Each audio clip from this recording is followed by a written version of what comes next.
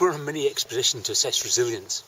As part of a series of coaching sessions, Toby wants to understand and experience how resilient he is, so that he can make appropriate improvements in order to deal with the obstacles and challenges that life will inevitably throw at him in the future.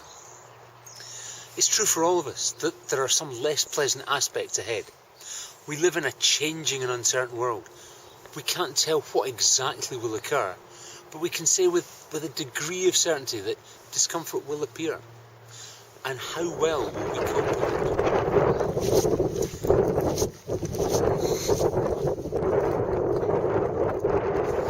This week isn't just about a hard walk over the hills and through the snow, although with the weather we experienced, they certainly provided some elements of challenge.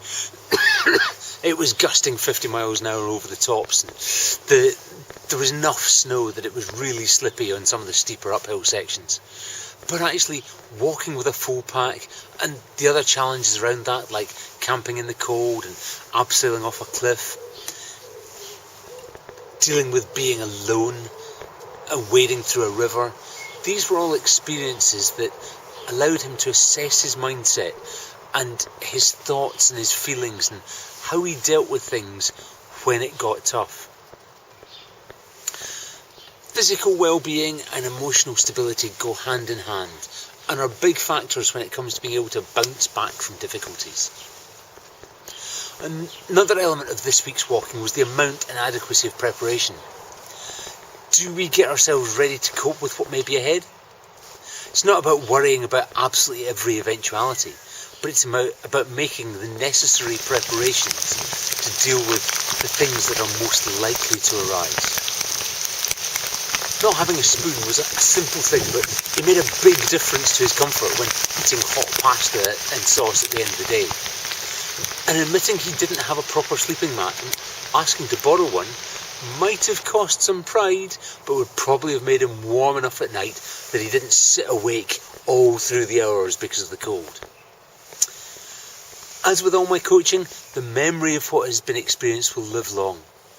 Sometimes with resilience walks, I worry that it'll only be the pictures of the hard times and the discomfort and the unhappiness that stay.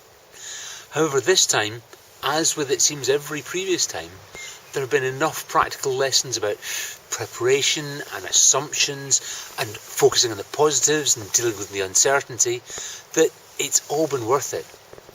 And so when the memories of this week resurface, they'll also bring the attachments that talk of growth and development, lessons to continually be put in place, and maybe also pointers showing how people have developed since the experience, giving cause for celebration. I wasn't just beasting him for 2 days, I was helping him discover new lessons about how to become more resilient.